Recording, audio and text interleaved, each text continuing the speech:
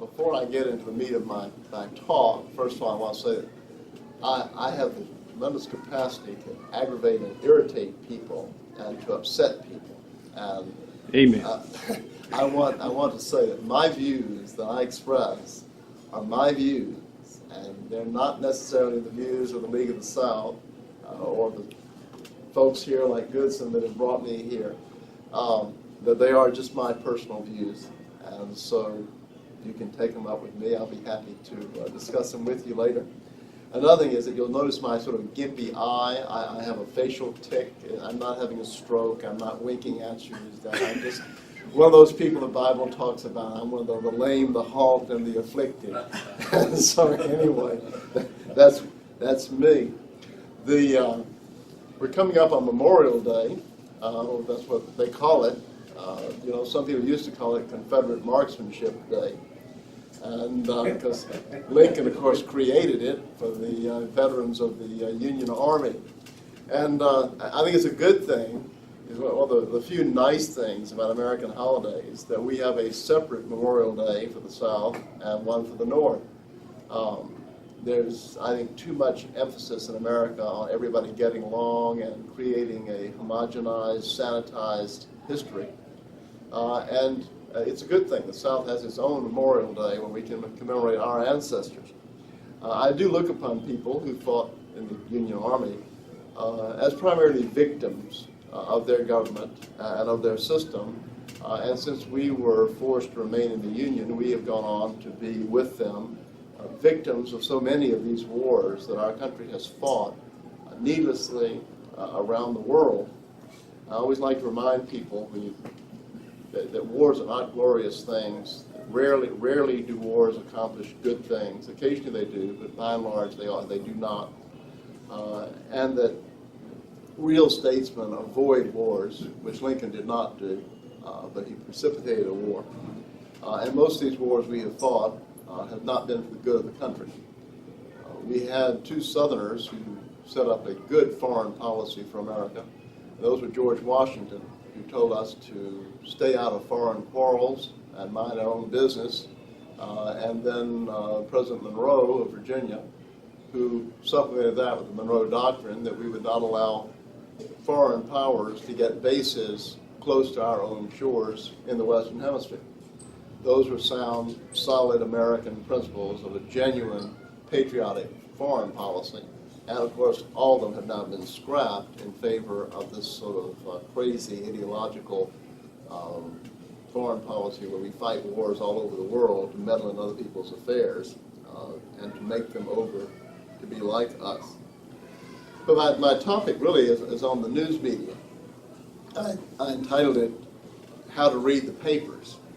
And I'm sure most of you read the papers skeptically, the way you should.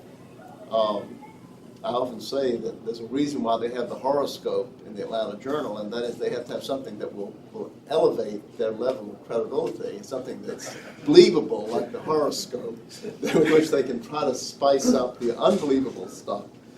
But the press is a powerful engine. It's something that you can't avoid. It is the means of mass communication in America.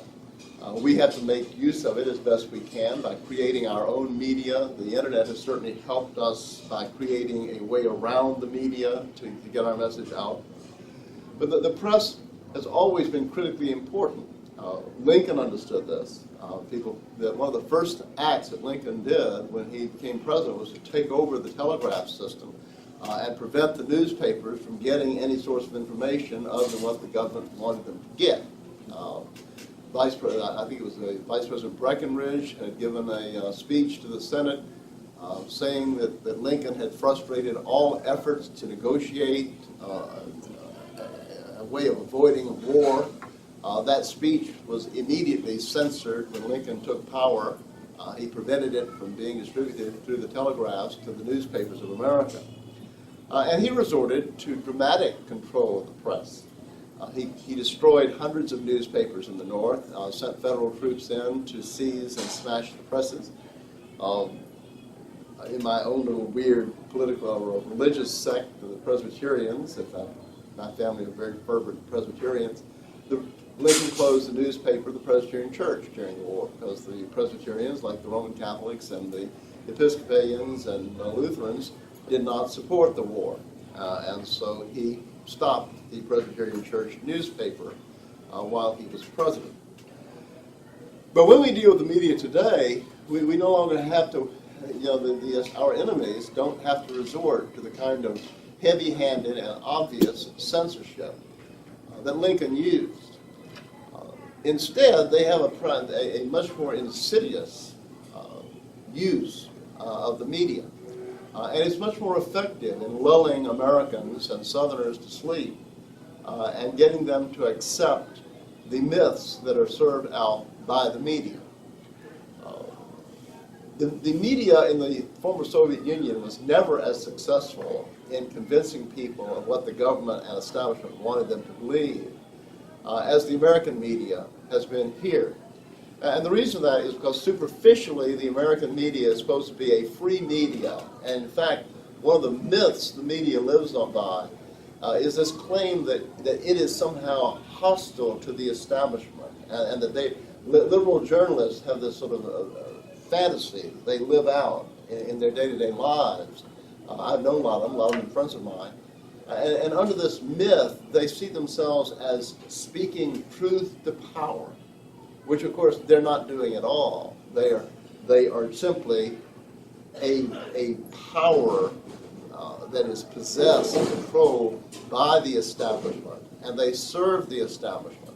And if they ever did speak truth to power, they would be told to pack their desks and to get out of the newspaper or the TV station or anywhere else, because it simply would not be allowed in the American media to tell the truth. And I'll have some examples of that in a few minutes. This system of control of the news is insidious and all-pervasive. It involves the voluntary cooperation on an almost subconscious level by virtually all journalists. Nobody has to tell them, like they did in the Soviet Union, that you can't write an article praising the Tsar. In the Soviet Union, they had the rules were out in the open. You can't praise the Tsar. You can't criticize the Communist Party. You can't criticize Lenin. You can't praise the Germans. You can't do this. You can't do that. In our system, you do have coercive agencies that do bring pressure to bear on the occasional newspaper that gets out of line. You have these advocacy groups, a whole host of impressive-sounding groups. The Anti-Defamation League, a group that says it's opposed to defamation, or various other minority groups that are organized and pushy about demanding that they not be criticized and that they be given special immunities. So you do have this pressure on them, but it's almost a thing where each journalist is his own censor or her own censor.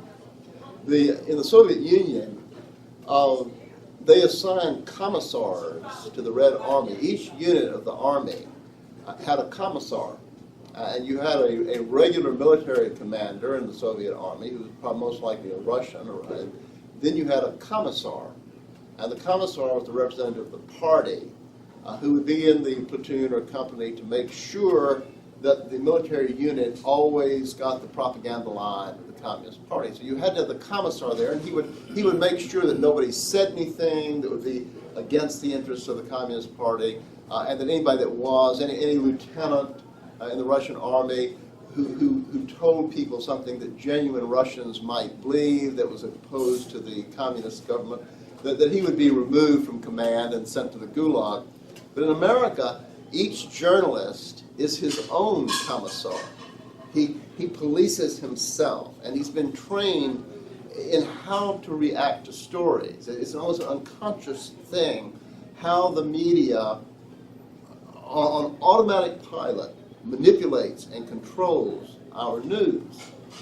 And they do this by various techniques, all of which you people have seen in day-to-day life, because all of us in this room are thought criminals. Right? We are all American dissidents. We're all people like the Russians 30 years ago in a Russian organization called Pamyat, which began the process of dissolving and overthrowing the communist system. We are all people that, to some extent or another, we see through the official mythology of the establishment and its agenda in this country. But it's good even for us to meet together and go over explicitly what we see implicitly in the American media and how they work. Here are some of the things that I thought I'd throw out to you, and that we can talk about them later. You have, the media in America is like a symphony.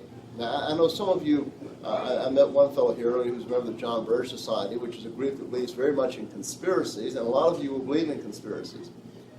It is almost enough to make one believe in a conspiracy when you see how the media is like a symphony. Those of you who've seen the symphonies on the arts thing, you know there's a conductor, and you'll motion with his baton, and the violins will go soft over here, and he'll motion with baton like this, and the trumpets will go loud over here. And that's how the media works in the selectivity. Some story will come along, and all of a sudden, everything goes silent. It drops to a hush. Another story will come, and it wells up to a crescendo, the whole orchestra blaring away. Now, what are some of the examples of that? Now, some of them you will know. Some of them will be things that you probably have not heard of. But the selectivity is one of the ways they work. Emphasis and omission are part of selectivity. You emphasize some things, you omit things. You emphasize things within the same story, you omit things within the same story. There are some stories that are emphasized, there are other stories that are omitted from the media. Repetition is a very powerful way. Propaganda is only successful if simple things are repeated over and over and over again. There's one old English proverb, and as somebody of English extraction like many of you, not of Celtic extraction. I think most Southerners are Englishmen and not Celts. It doesn't matter to me whether you're a Celt or an Englishman. It's a curiosity of long ago history, and there's no relationship to the issues we have today, whether you're an Anglo-Saxon or a Celt. But I love old English proverbs. And one of them, which has been almost forgotten, but which is a very wise proverb, is the following. 100 repetitions make one truth. The meaning of the proverb is the opposite of what it appears to say. It's a tongue-in-cheek proverb that is intended to tell you to look at something and see that it isn't so. 100 repetitions don't make one truth. The truth rarely needs to be repeated. The truth is usually apparent. If I were to tell you that Mr. Goodson's wearing a green tie, the fact that he's wearing a green tie is apparent to anyone that looks at his tie. But if I were to tell you that it was a purple tie, well, I would need to tell you 100 times, that's a purple tie, that's a purple tie, that's a purple tie. Because after 100 repetitions, the people who know the truth and care about the truth are exhausted, and they usually shut up and go on, but the liar goes on with the repetition. So repetition is one of the means that the media uses in implanting the establishment's story in your brain. Now let's run over some of these things that we've seen on our TVs and in our papers that are examples of these techniques of selectivity, of emphasis, of omission, and of repetition. Our media loves to tell us that they're protecting our rights. In the Watergate scandal under Richard Nixon, they just absolutely got into a frenzy of self-congratulation about their protection of our rights, and they're protecting the rights of Americans, standing up to the government, which they've never done. They've always been the lickspittles and propagandists for the government. But anyway, they just love this. They're protecting our rights. And they do this worldwide.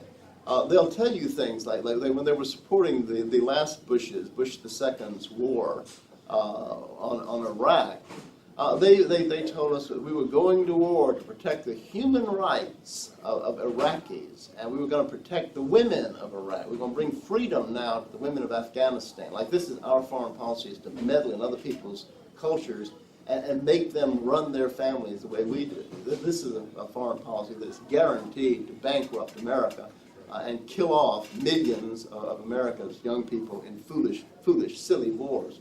But they're always yapping about these rights. They will get all excited about some American who's been arrested in Peru for supporting the Marxist terrorist groups in Peru, the Shining Path, or Americans who passed out pamphlets in Burma, or Myanmar as it's called today. And the media will tell you how important it is that we protect the freedom of people in Burma and in Peru. But did any of you hear anything in the media about a party in Belgium called the Vlaams Bloc? Mm-hmm. No, not from the media, no. Well, no. You at least know what it is. Have any of you ever heard of the Vlaams Bloc? Well, Den's heard of it. Wow, well, y'all are truly thought criminals. And I'll remind those of you here, because when you've heard of the Vlaams Bloc, I find that people often didn't realize just how shocking this is. Belgium is an artificial country. It's an artificial country much like America is an artificial country. It's a country full of people who don't belong in the same country. People who are different don't belong in the same country. People who are different belong in different countries. That's the way it ought to be. Danes should be in Denmark. Germans should be in Germany. Frenchmen should be in France. A union of France and Germany is an unnatural union where you have you'd have to have half the people speaking a Germanic, Northern European language and half speaking a Latin-based language, and half the people Protestant and half the people Catholic and half the people eating snails and half the people eating sauerkraut. It's just not a natural thing to have people who are very different. And this is not hateful. Contrary to what the liberals tell us, they tell us that diversity, it brings peace. It doesn't. It brings warfare. Diversity in Northern Ireland is not a good thing. It's not a good thing to have Irish Republican Catholics living next door to Presbyterian English loyalists. There's a potential there for conflict. It's not a good thing to have diversity in Lebanon, where you have Shiite Muslims and Sunni Muslims and Maronite Christians and Orthodox Christians and Druzes and all these other people all having to live together. It is not a way to bring about the policy, a world that is something that is a humane and kind world. People like Morris Dees and me like to say that we're hateful because we're opposed to all of these policies of mixing up all of these different types of people. We're not hateful. It isn't that we hate Mexicans, that we want a border with Mexico. We wish Mexicans in Mexico well. Decent Mexicans ought to wish Americans well, but we don't belong in the same country, and it's going to bring nothing but hatred and discord and violence to mix us up together. But the media loves to jabber about how good all this diversity is. Well, in Belgium, getting back to my subject about the Vlaams Bloc, Belgium is an artificial country. Nobody in Belgium ever really wanted to be in Belgium. They were made to be in Belgium in 1830 as a result of an agreement between Britain and France and Prussia that the French element of Belgium would be united with the Flemish-speaking area of Belgium as a way of creating a barrier to France and all that. There had been some talk of uniting them to Holland, but back then religious differences among Christians were much more keenly felt than they are today. And the Dutch were predominantly Presbyterian, and the Flemish and the Belgians or the Walloon Catholic, French people are very Catholic. So they created this artificial country. And something artificial is called a monstrosity. So they created this monstrosity called Belgium. And there is no such thing as a Belgian person, any more than there is today an American person. When I was a child, an American person had some meaning. When I was as young as those two kids there, America still had some meaning. When you said an American, if you said that your daughter was marrying an all-American boy, it did not mean a Shiite Muslim, and it did not mean somebody from Saudi Arabia or from Pakistan or someplace like this. It meant an English-speaking European boy was marrying your English-speaking European daughter. But that's all been wiped out. The Kennedys and Lyndon Johnson have successfully destroyed all of that. And there's nothing binding Americans together today. And the term has no meaning. If anybody can be an American, then it has no meaning. And so with Belgium, nobody in Belgium considers himself to be a Belgian. They consider themselves to be Walloons, that is, French-speaking, or they consider themselves to be a Fleming. And there's a lot of tension and unhappiness between these two groups. And this has deep, deep roots in Belgian history. The Flemings are much more religious than the Walloons. They are very firmly Roman Catholic. They have a higher birth rate. They are more moral than the French element in Belgium. They're more straight-laced and all of this. And because they have a higher birth rate, they have gradually risen from being about half the population to being about 57 or 58% of the population. And they are also discriminated against for a lot of reasons. And they don't like that. They don't like the fact that they don't get the jobs of the government, that they're laughed at, that they're ridiculed, the way white Southerners are ridiculed and laughed at and lampooned and are free game for people in America, for the establishment of America. So long ago, this party, the idea arose in Flanders that there should be a separate country, that Flanders and Wallonia, being different people, should be in different countries. And this, of course, does not sit well with the people who run this world, who want to make people who are different be in these governments, be in societies that have to be run by coercive governments, because the people don't really belong together, and so the government has to coerce them to keep them together. So, a party was started, and over the years it has gradually increased its vote in Belgium. And this party was called the Vlaams Bloc, or the Flemish Bloc. And it grew from being a very small party to being the biggest party in Flanders, which is the biggest part, is over half of Belgium. About 3 years ago, the Vlaams Bloc won the elections in what we are told is supposed to be a democratic country in the free world. Well, what do you do when the people don't vote the way the media and the government tell them to vote? Well, you have to rise above democratic principles. And that's exactly what the government of Belgium did. And so when they lost the vote, the government of Belgium simply banned and outlawed the winning party and declared them to be a criminal organization for various reasons, some of which reveal the hate-filled, genocidal agenda of the people who run Belgium.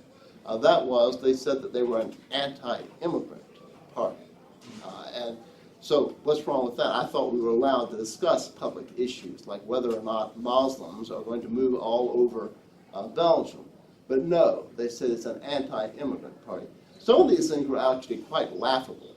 One of the things that was said in the straight face by the Belgian government was that this is a party of Nazi collaborators. Now, when you know that a big war ended in 1945, about 61 or 62, 63 years before the government of Belgium banned the party that won the elections in a democratic government, supposedly democratic government. You know, there was a big war, and the Nazis lost. Not only did the Nazis lose, they were put in trial and convicted in kangaroo courts and hanged and killed. So there hadn't been any Nazis around since 1945 to collaborate with.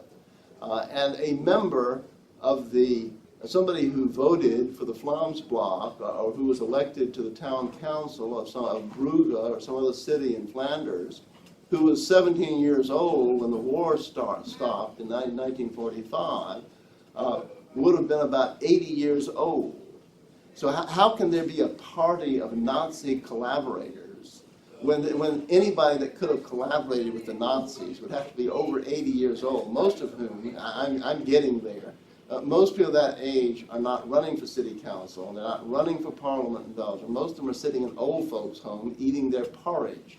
But this is a silly nonsense that the Belgian government said this is a party of Nazi collaborators, so we therefore should have the right to ban them and shut them down. Now, you would think this is a pretty significant news story, isn't it? In a NATO power in the free world, you have a party that does all the things the law says you're supposed to do. They go down and they have meetings, they take up petitions, they put people's names on the ballots, and the people vote for them.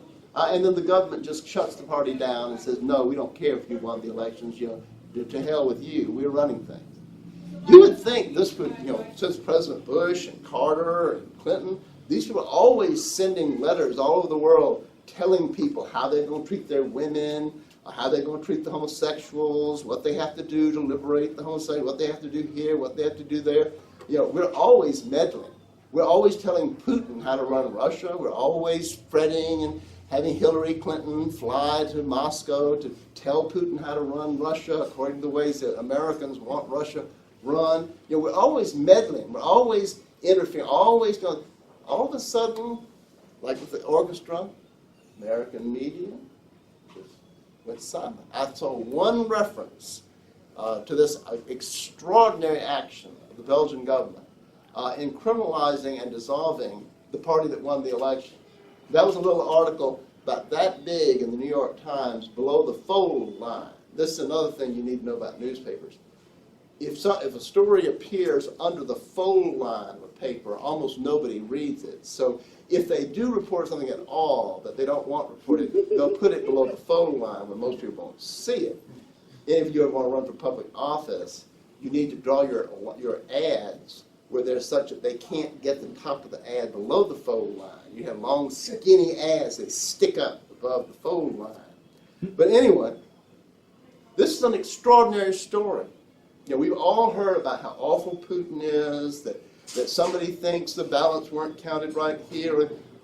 I've never heard of Putin simply repudiating the elections and criminalizing the winning party. If he did that, we sure as hell hear about it.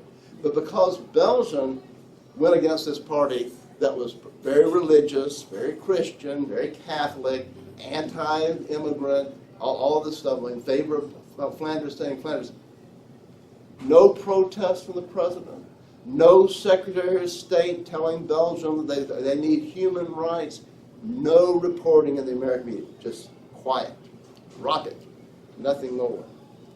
You contrast that with the Rodney King story. Anyone remember Rodney King? The black guy that the cops beat up out in L.A.?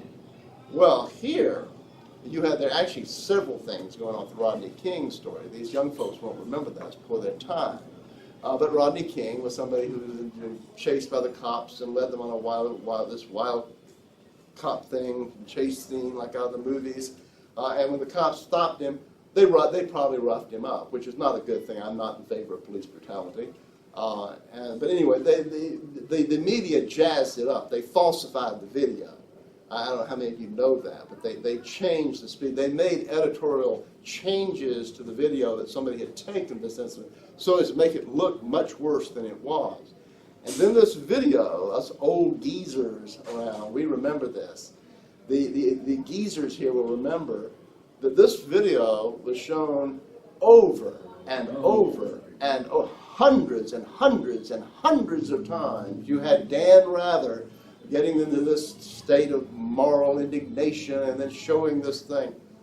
Here again, this story was repeated over and over and over and over again. But you have other stories that are not. You had black rioters in Libertyville, an area of Miami known as Libertyville, some decades back, who grabbed white people and held them on the pavement while other blacks drove cars over them. That wasn't reported. That was meant. It was horrific. It got reported about a day. But see, it's not repeated. It's not been repeated. So now most people have forgotten about it. It's the same thing I talk about. 100 repetitions makes one true. By not repeating it, it's been allowed to drop out of public consciousness, just like the O.J. Simpson thing has been dropped. Wouldn't be good for race relations to talk about those 11 black jurors who let that murderer off because he only murdered a white woman. We're not going to talk about that. We'll talk about Rodney King ad infinitum. We're not going to talk about those people that got run over in the riot in the Libertyville area of Miami, and we're not going to talk about O.J. Simpson. We're going to shelve that and we're going to suppress that. Within stories, you have the technique of emphasis and omission. Some of you may have seen some last couple of weeks, the Kappa Alpha fraternity, which is a very Southern-oriented fraternity.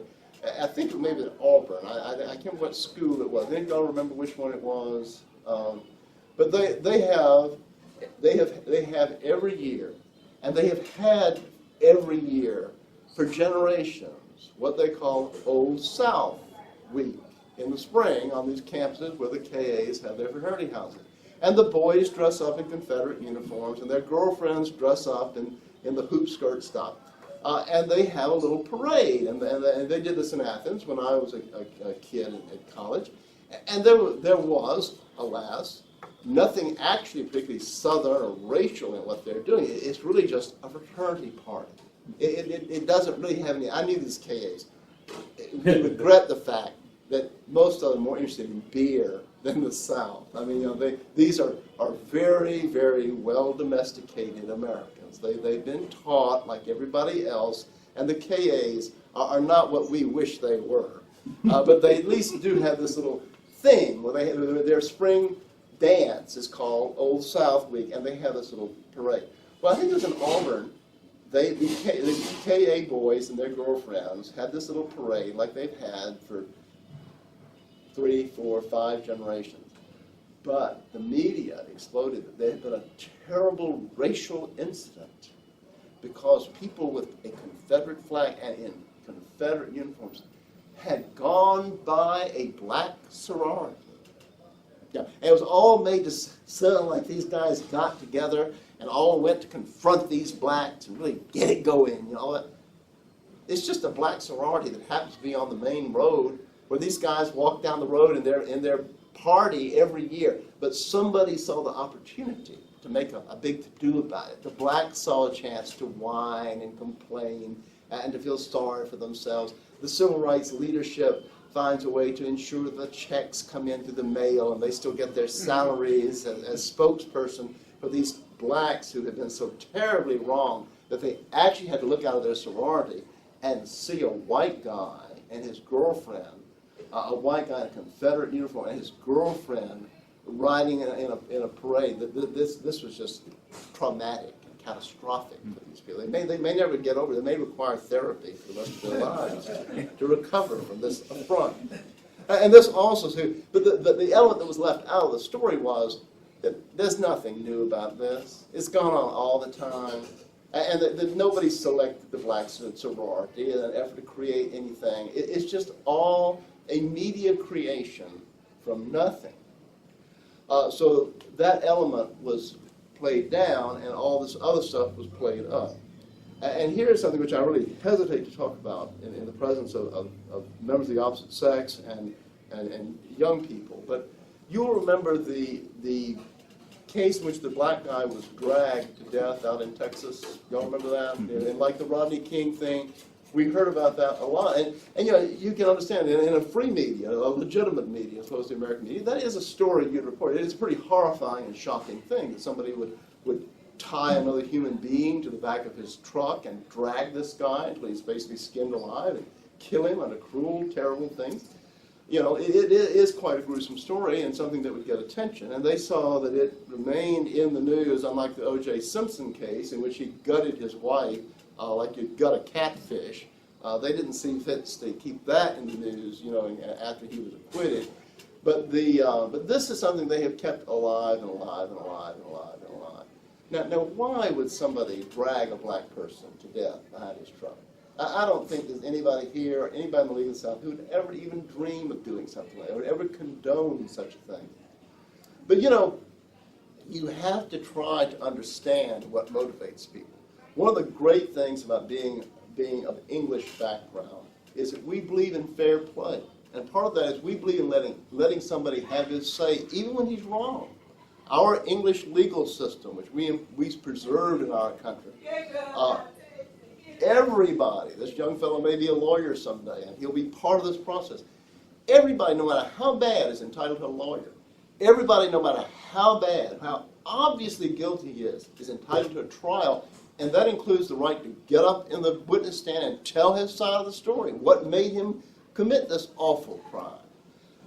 In Shakespeare's plays, the bad guy is always allowed to explain what's motivating him. In the play Othello, Iago hates Othello, and he's wrong. Iago's an evil person and contriving to kill Othello and his wife.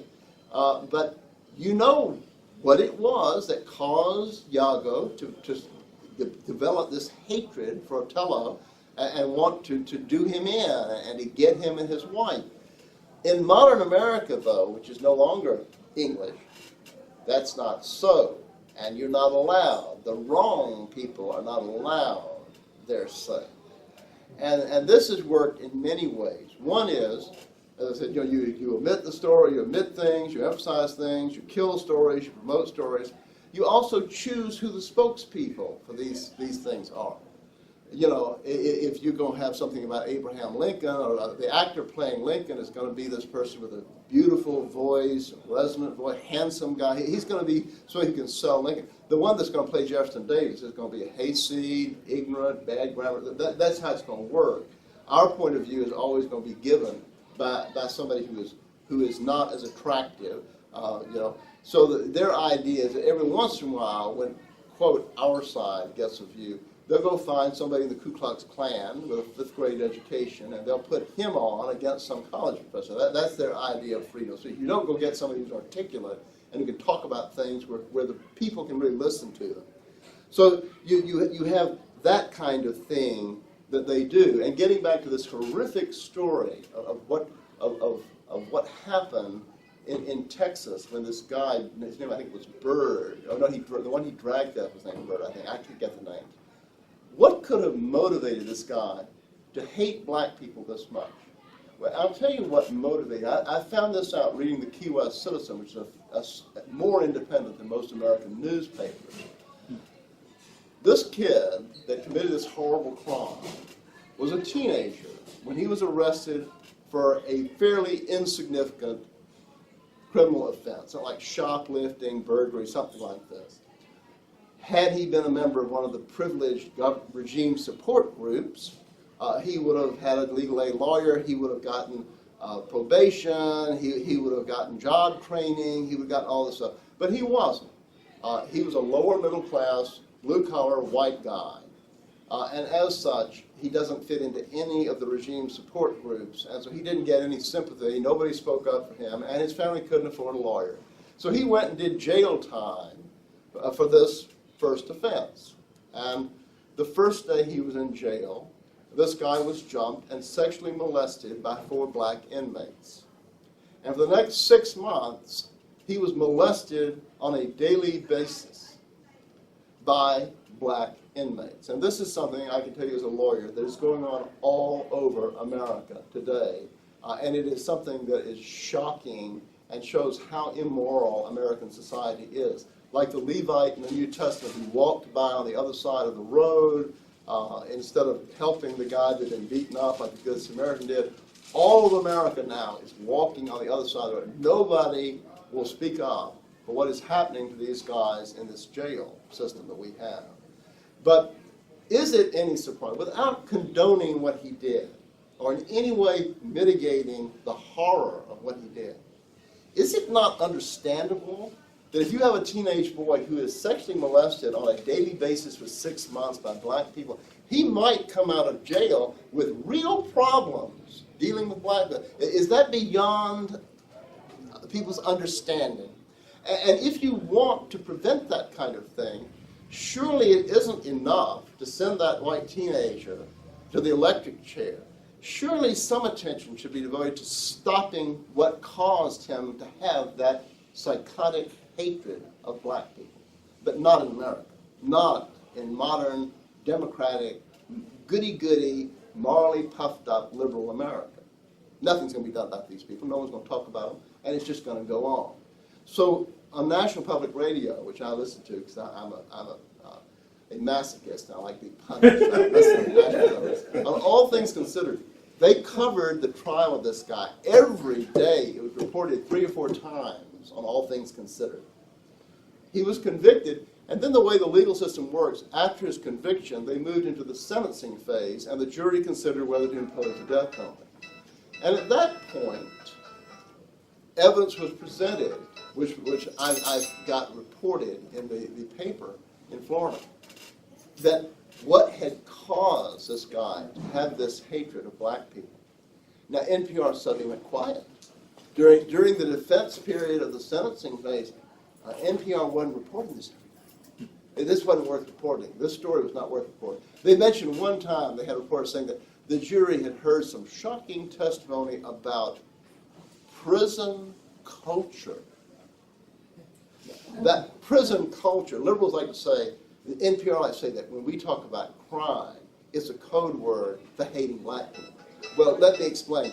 Prison culture is an NPR pro-homosexual, liberal euphemism for raping straight guys. That's what that is.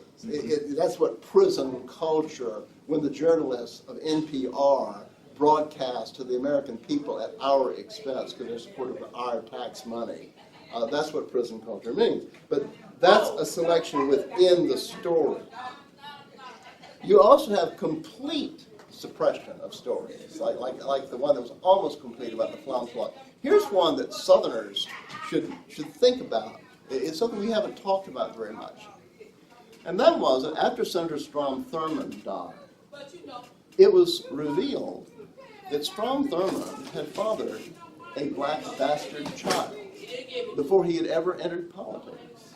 He had this black bastard child that he was supporting all during the years that he was in the U.S. Senate. And he was characterized in the media as being the leader of the South in the fight against the civil rights bills. He was the leader of what they call the thin gray line. Now, this business of him having this half-caste bastard child was not something that was unknown to the media. When the story broke after Thurmond's death, when it could be used to further demoralize Southern white people, and they had all these giggling journalists on NPR gloating over the idea that the leader of the South, the Southern segregationists, the thin gray line, he actually had this bastard half-racial, biracial child. It was all revealed when you read it. They had known this throughout Thurmond's entire political career. They had the NPR reporter from South Carolina who said, well, you know, when we first set NPR up in the early 70s, South Carolina, we all knew about this, but well, no one asked the question, well, why didn't you report it? You know, this is a pretty shocking story. You know, and without being some kind of goody-goody or meddling in other people's sex lives, the fact that a U.S. senator has a bastard child, especially of another race, when he's supposed to be a segregationist, is certainly something you would think would have been reported. But instead, the media in lockstep all the way is known to the FBI. We know it was known to the NAACP because his daughter was a member of the NAACP. His black daughter was actually involved with the Edgefield, South Carolina NAACP. The blacks knew about it. Coretta knew about it. Dr. King knew about it. All the civil rights groups knew it. The only that didn't know about it were people like us in this room. Now, without being conspiratorial and getting into the farther reaches of conspiracy thinking, liberals like to talk about paranoia when they're dealing with conspiracy theorists or whatever. Well, that's true. There is a lot of paranoia, and some of these theories are pretty goofy and hard for me to believe. But there's another mental illness, and you might call that Pollyanna, and that is to think that nobody ever plans anything. Nobody ever has an agenda. That the Chamber of Commerce doesn't have an agenda of seeing that the labor laws favor business. I mean, that's really getting kind of nutty to think that the Chamber of Commerce doesn't lobby to get laws enacted that favor business. But liberals would like to tell you that this doesn't happen. And if you talk about it, you're crazy, you're paranoid. But now, I find it really amazing, this Thurmond story. And nobody in our movement has talked about it. What this story tells anybody with a room temperature IQ is that Senator Strom Thurmond could never have been legitimate from the very day he first paid his filing fee to run for public office. Mm-hmm. There is no other explanation for that. If he could not count on the silence of the media about something, we're not talking about liberal Atlanta where I live. I live where my family has always lived. It's in my lifetime. I live in the Birkenstock, liberal, trendy area of Atlanta, in which having a bastard child would not be anything anybody would really be upset about. But we're not talking about downtown Atlanta. We're talking about Strom Thurmond. We're talking about mid-40s South Carolina. And I can tell you, coming from people that are South Carolinians and going and visiting my cousins when we left liberal Atlanta, back in the 1940s, having a bastard child would have been a big deal, even if it were a white one. But to have a black one would have been a whole big deal, and you would not have run for the U.S. Senate. You would not have been elected governor if they found out you had a black bastard child. You would not be dog catcher. You would shut up, and you would run your laundromat or something else, and you just wouldn't take part in public life because you would be ostracized in public life as an immoral person, which he was. But the media protected him his entire career. The NAACP protected him, the FBI, and the Justice Department Civil Rights Division. All of these people protected Strom Thurmond his entire life. And I suspect the Thurmond story is one that could be said about a whole lot of other leaders of the South in the 50s and 60s and on and on. These people could always be removed from public office like that if they ever posed any sincere, realistic opposition to the program and the plans of the American establishment. Maybe I'm not a John Bircher, and I don't agree with the John Birch said about everything. It's not saying I don't like them or anything, but I'm not really into conspiracy theorists. But I have to tell you that I kind of think there's something conspiratorial that has to be behind a story like that. But this is a story the American media chose to kill, a really fantastic story that was suppressed and kept from us for many, many decades for very obvious reasons. You have to read the newspapers realizing that they have an agenda. They have certain self-serving myths of the establishment they intend to get you to believe. They intend to seduce your mind. And you have to read it the way the people of the Soviet Union used to read Pravda. One of the great things in my life was I had the opportunity to grow up on the periphery of a little white Russian community in Atlanta. And I had a white Russian tutor as a kid who taught me to speak Russian. And that's an unusual thing, but I'm very happy that I had that. Her uncle had been the procurator or district attorney of the Ukraine under the Tsar, and she had left Russia with one of the last ships that evacuated the white Russians in about 1920. And she had ended up coming to Atlanta and marrying an Atlanta boy. And so this wonderful old Russian aristocratic woman lived in our city, and I had the opportunity to know her. And one of the things the Russians, and she would often entertain people who were more recent refugees in the Soviet Union. She worked with Russian groups that helped these Russian refugees. And the Russian people, even under the communists, after 3 generations of really severe treatment, if you dared think, the thing they muttered under their breath about Pravda was, "Nie pravdi v pravde," which says, Pravda means truth. There is no truth in truth. There is no truth in Pravda. And they understood that this was a lying paper by people who were mistreating them and brutalizing them and hated their country. And that's how we have to read the American papers. And most of us, to some extent, already do that. But even for us, it's hard to stretch your mind enough to comprehend just how misleading and just how false the media is. These examples that I've used, like the banning of a victorious political party in a so-called democracy like Belgium with the complete silence and thereby the support of the American media. The story of the Thurmond baby, the story of the reason that led to this grotesque and horrifying murder in Texas. These are all things that I hope bring to your attention just how the media, the extent to which they're lying, the extraordinary extent to which you have to resist their message at all levels and read it carefully, understanding These are people who hate you, they hate your family, they hate your race, they hate your language, they hate your country. These are people who want to hurt you, and that's what they do. They can lie in ways that even those of us, people as radical and who are as much thought criminals as we are, can't understand. One of these is the use of pictures. There is a natural tendency to trust pictures and to believe that pictures tell the truth. That's not necessarily so. If you give me a video of someone's life and give me something I can cut and paste, I can make Mother Teresa into someone horrific, and Al Capone into Mother Teresa. You can do this with picture. Here's some examples of how they have used pictures to lie to people. Back in the civil rights movement, I'll drop that one. I was going to talk about Sheriff Jim Clark and the pictures they used in Alabama when they were promoting the Civil Rights Bill and trying to incite hatred in the North against Southerners. But here's some other examples.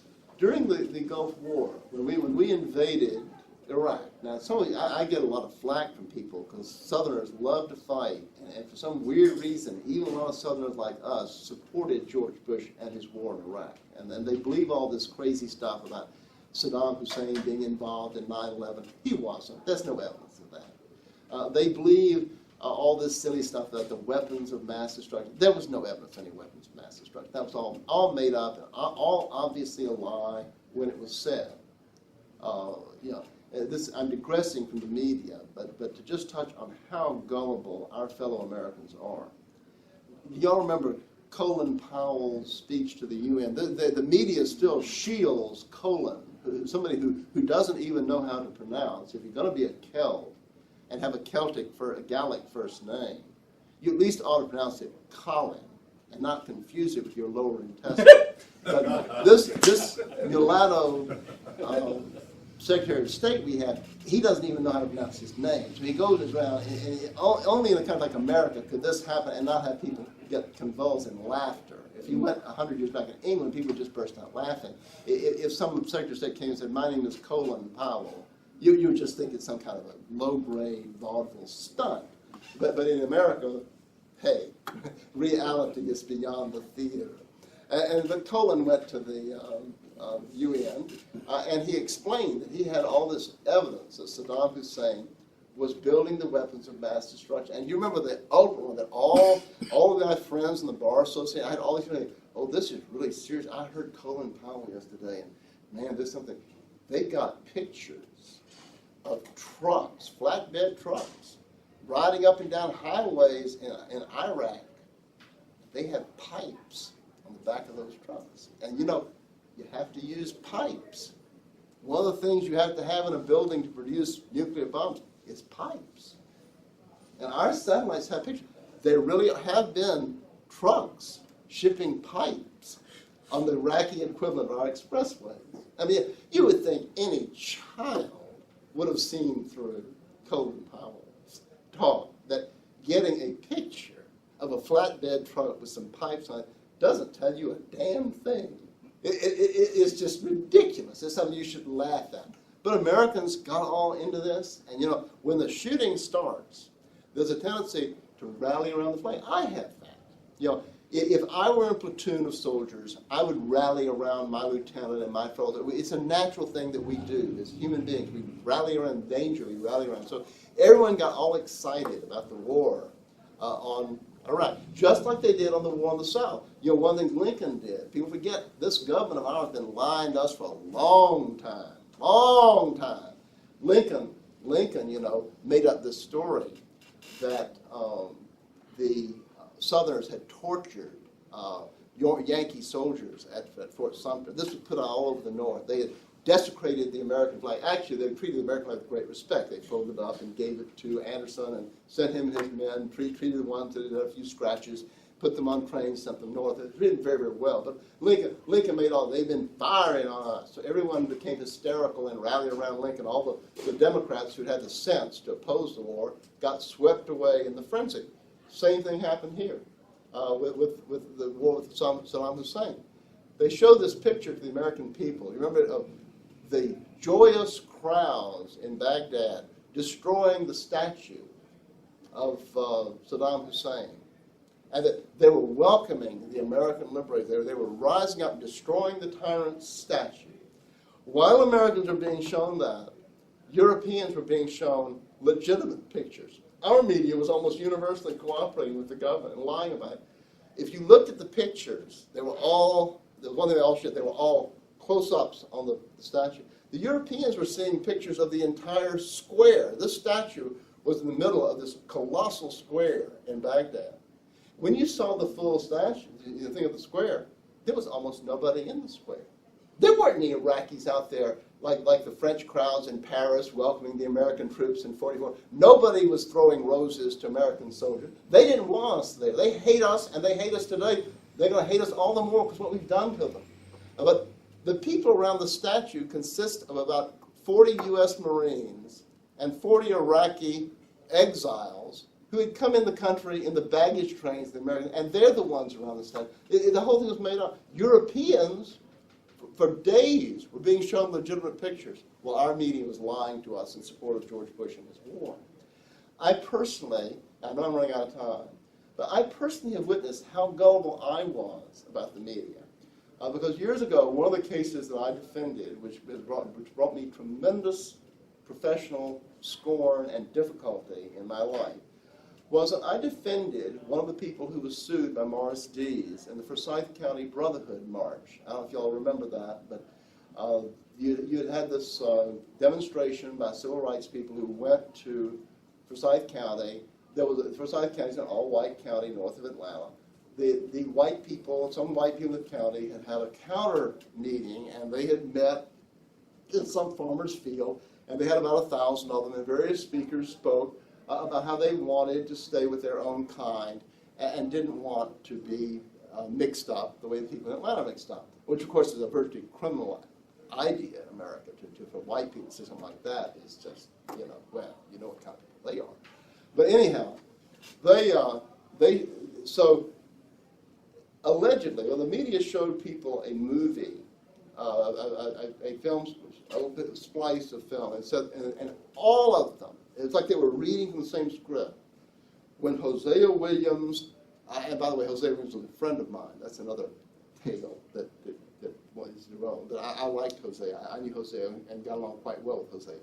But when Hosea Williams and the Brotherhood Marchers went to Forsyth County, they were met with a barrage of rocks, bottles, and stones. I saw this. You could see it in your own eyes. You saw these blacks ducking.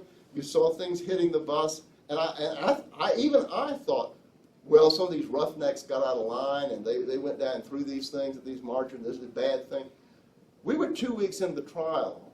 But one Saturday, I got a call from somebody who's a Yankee, who had moved down to South Forsyth County, saying, the true story of this thing in Forsyth County has never been told. I have a video that will show the whole thing. And I started to hang up, but I started talking to him, and I couldn't quite understand what he said. He kept saying, no one understands the truth. So he said, I want to show you the video. So finally I said, come down to my office and show me the video. That's fine. And this guy came down, who's a Yankee. I think he's an Irish Catholic. He'd come down from the north and moved to Forsyth County. He was sort of curious about the whole thing. He wasn't even a segregationist or didn't have any of the feelings that Southerners might have. He was just sort of curious about the whole thing, and he had gone and videotaped the whole story.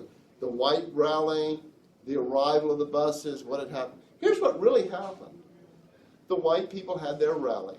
They heard a number of speakers' speech, all of whom said they wanted no violence. It was a peaceful exercise of their First Amendment rights. And then, as the rally is breaking up, the Keep Forsyth County White Rally, you see buses. The buses containing the civil rights demonstrators arriving in Forsyth County, being led by cars belonging to the U.S. Justice Department and the GBI and the Civil Rights Division and all of this. These buses drive up into the crowd. You see the white men to rush to get out of the way from being hit as these buses are slowly driving into the crowd of white people. Then the doors open,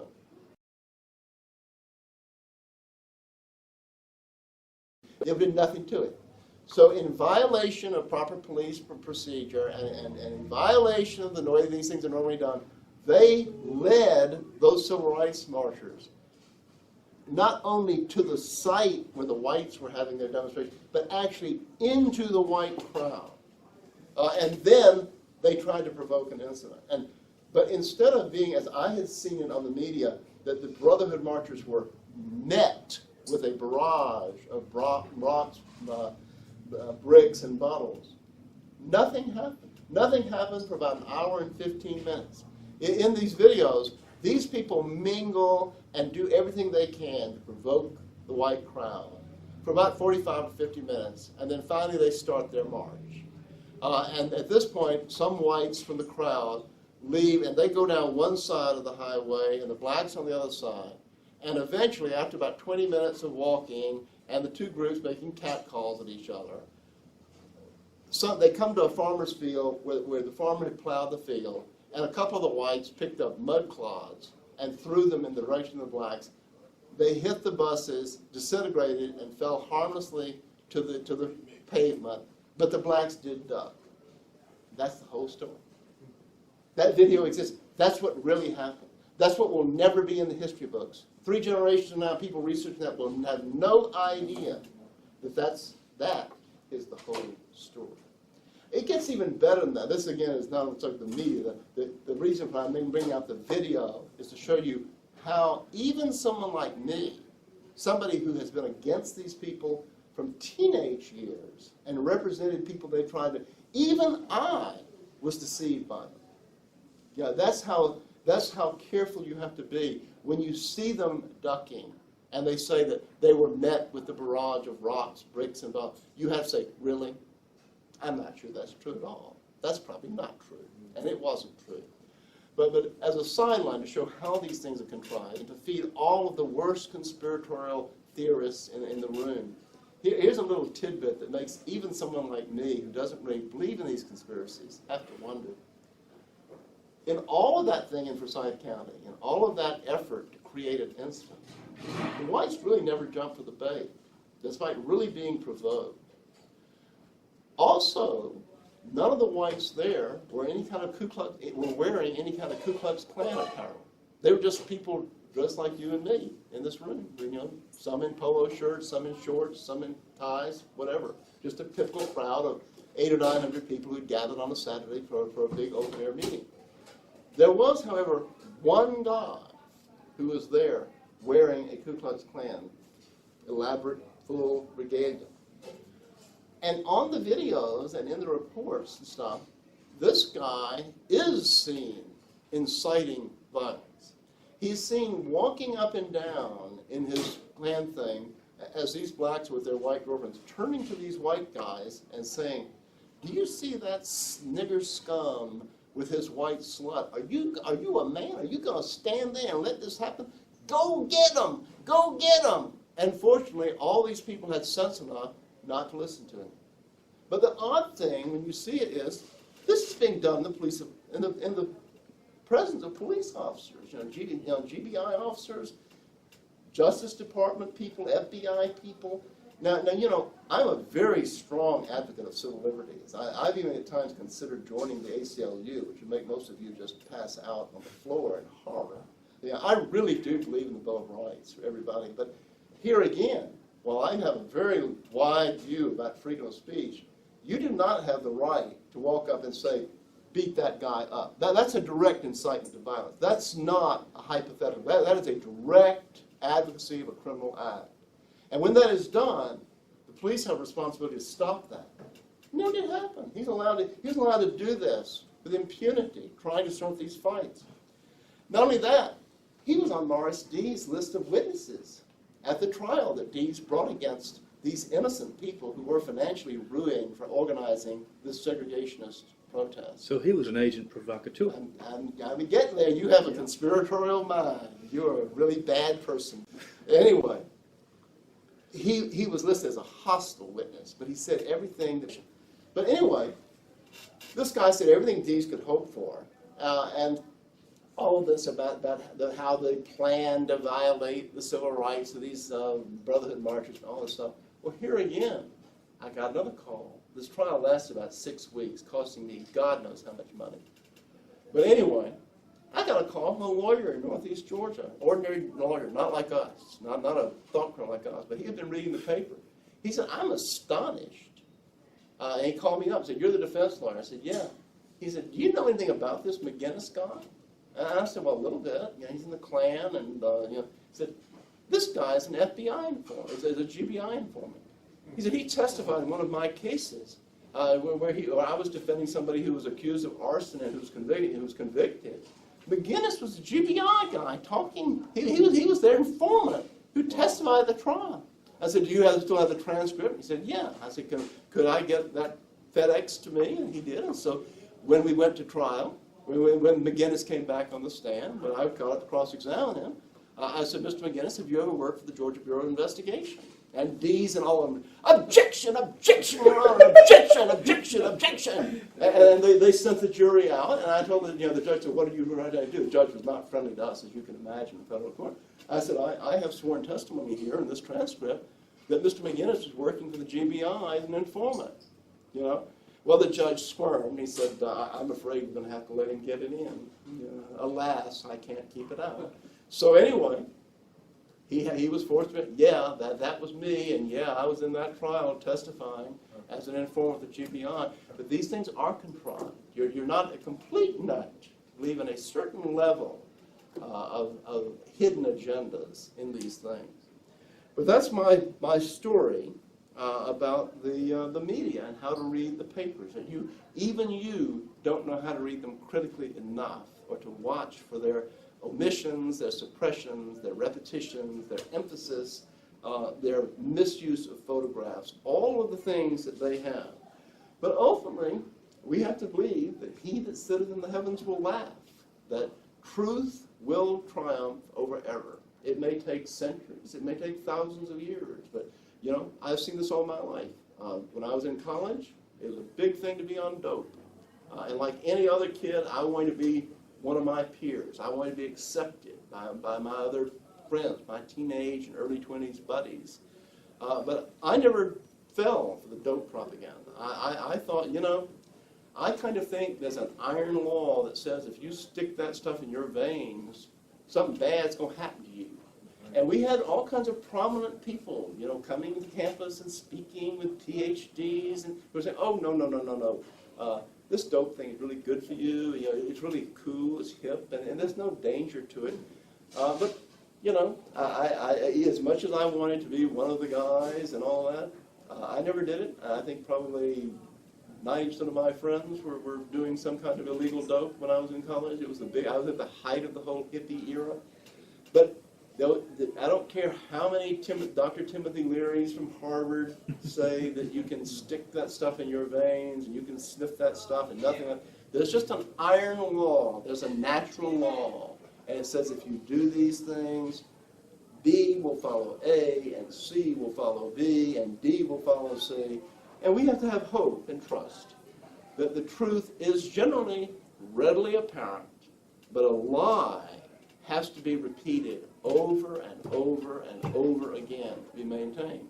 And it is our duty, the thought criminals and organizations like yours and other organizations which are also groups that are opposed to the American establishment that oppresses us, that we have to be the little candle in the room that lights up the whole room that they want to keep in darkness. And we have to trust that truth does conquer and eventually prevail.